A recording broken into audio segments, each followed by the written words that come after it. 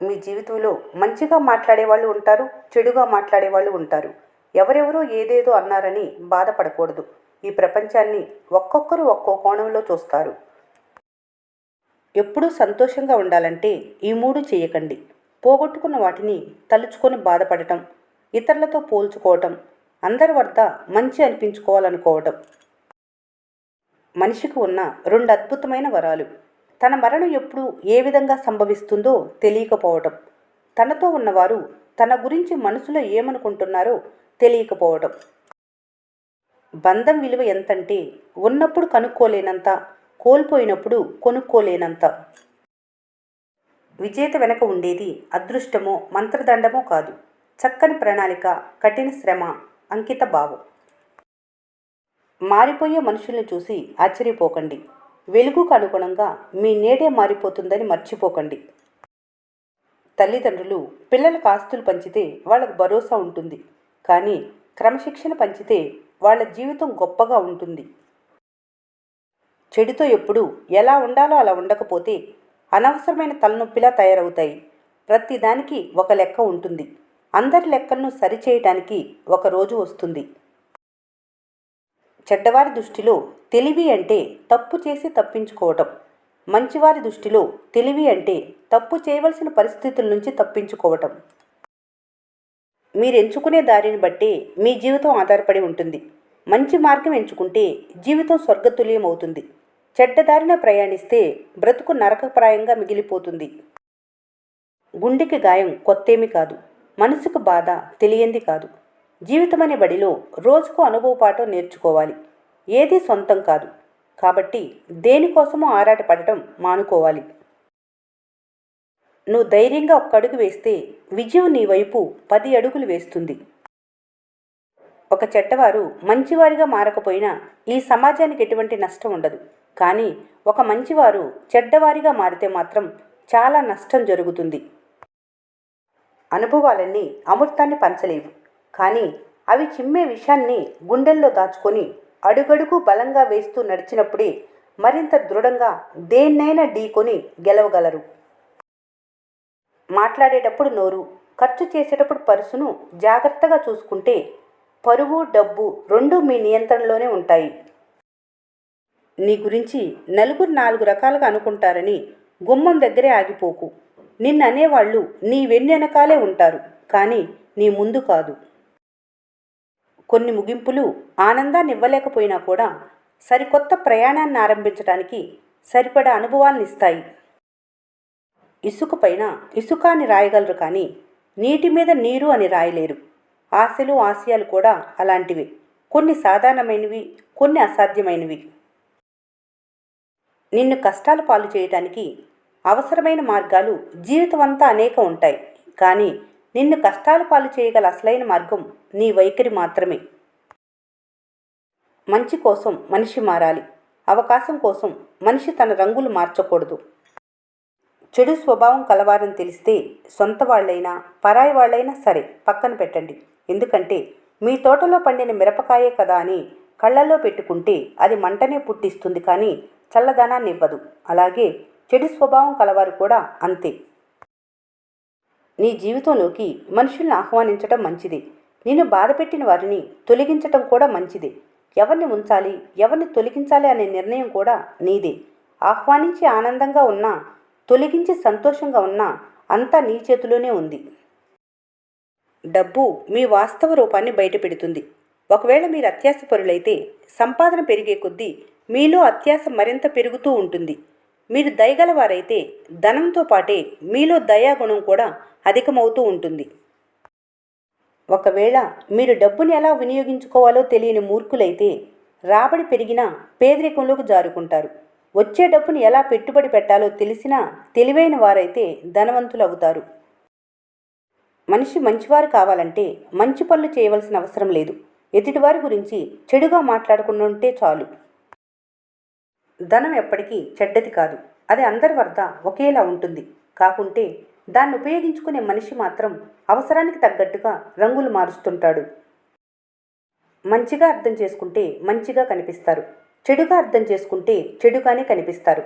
లోపం చూసే విధానంలో ఉంది. మీ మరణంతో జ్ఞాపకాలు మిగులుతాయి. మంచి చెడులు సంగమమైన ఈ జీవితంలో కీర్తి ప్రతిష్టలు శాశ్వతమే కానీ సిరి సంపదలు కాదు. మిమ్మల్ని ద్వేషించే వాళ్ళకంటే ప్రేమ గురించి అవగాహన లేకుండా మిమ్మల్ని ప్రేమించే వాళ్ళతోనే పెద్ద ప్రమాదం. అందరం చెట్ల మీద కనపడే పండ్ల లాంటి వాళ్ళు.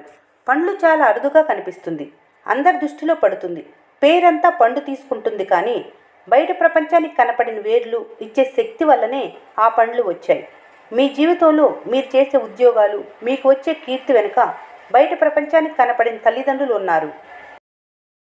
చేసే వృత్తి పట్ల గౌరవం ఉండాలి, చేసే పనిలో నిబద్ధత ఉండాలి, వేసే అడుగులో ధైర్యం ఉండాలి, చెప్పే మాటలో ప్రోత్సాహం ఉండాలి, పరిస్థితులు వ్యతిరేకంగా ఉన్నప్పుడు ఓర్పుగా ఉండాలి. నీ గురించి ఎవరైనా ఎక్కువగా అసూయ చెందితే దాని అర్థం నువ్వు వారిని మించిపోయావని కాదు, తాము నిన్ను మించలేరని వాళ్ళు తెలుసుకున్నారని అర్థం. మనిషి ఎప్పుడు ఒక పక్షిలాగా బ్రతకాలి. ఎందుకంటే అది కట్టుకున్న గూడు కూలిపోయినా, తాను కూర్చున్న చెట్టు కొమ్మ విరిగిపోయినా, ఎముకలు కొరికే చలి పుట్టినా, పిడుగులు వర్షం పడినా, ఎండలు నిప్పులు చెరిగినా అది ఎగురుతూనే ఉంటుంది. దేన్ని లెక్క చేయకుండా ఎన్ని కష్టాలు ఎదురైనా తన రెక్కల మీద నమ్మకాన్ని కోల్పోదు. ఎంత పెద్ద ఆపద వచ్చినా బ్రతుకు మీద ఆశ వదులుకోదు. పక్షిలాగా మనిషి బ్రతకగలిగితే అది ఒక అద్భుతం. మార్చలేని పరిస్థితులను తలుచుకొని పదే పదే బాధపడటం కంటే మర్చిపోయి ప్రశాంతంగా ఉండటం మేలు. డబ్బు ఎలాగైనా సంపాదించుకోవచ్చు, కానీ మర్యాదని చదువు మాత్రమే సంపాదించి పెడుతుంది. ఓటమి దగ్గరవుతున్నప్పుడు శత్రువుల మాటలు కాదు, మీ ఆత్మీయుల నిశ్శబ్దాన్ని గుర్తు చేసుకోవాలి. ప్రస్తుతం మీ చుట్టూ ఉన్న వారిలో పరిస్థితులు తట్టుకొని నిలబడిన వారికన్నా తప్పించుకొని తిరుగుతున్న వారే ఎక్కువ. నిజమైన నాగరికత కోరికలను అదుపులో పెట్టుకోవటంలోనే ఉంది, వాటిని పెంచుకోవటంలో లేదు. ఓటమి నీ భయంలో ఉంటుంది, గెలుపు నీ ప్రయత్నంలో ఉంటుంది, ప్రయత్నం నీ నమ్మకంలో ఉంటుంది. మనసులోని మాట తగిన సమయానికి బయట పెట్టకపోతే తర్వాత నువ్వు చెప్పినా పెద్దగా ఉపయోగం ఉండకపోవచ్చు. వాళ్ళేమనుకుంటారో వీళ్ళేమనుకుంటారో అనుకుంటూ పోతే సగం జీవితం అయిపోతుంది. అసలు నువ్వేమనుకుంటున్నావో అది నువ్వు మొదలుపెట్టు, కనీసం ఏదో ఒకటన్నా అవుతుంది. మెచ్యూరిటీ అంటే పెద్ద పెద్ద విషయాలు గొప్పగా మాట్లాడటం కాదు, చిన్న చిన్న విషయాలను అర్థం చేసుకోగలగటం. రోడ్డుపై వెళ్తున్నప్పుడు స్పీడ్ బ్రేకర్ వద్ద కాస్త వేగం తగ్గి నిదానంగా దాటితే ప్రయాణం సాఫీగా సాగుతుంది. జీవితంలో కూడా ఏదైనా సమస్య వచ్చినప్పుడు కాస్త ప్రశాంతంగా ఆలోచించి నిర్ణయం తీసుకుంటే ఎలాంటి సమస్యనైనా దాటవచ్చు. చూసే ప్రతి దృశ్యానికి, విన్న ప్రతి మాటకు రెండు కోణాలుంటాయి. నువ్వు స్వీకరించే దాన్ని బట్టి ఫలితం ఉంటుంది. మన అనుకునే వాళ్ళతో యుద్ధం చేయాల్సి వస్తే గెలవటానికి కాదు, కలవటానికి చెయ్యాలి. జీవితం ప్రతిసారి మీకు ఒక కొత్త అవకాశాన్ని అందిస్తూనే ఉంటుంది.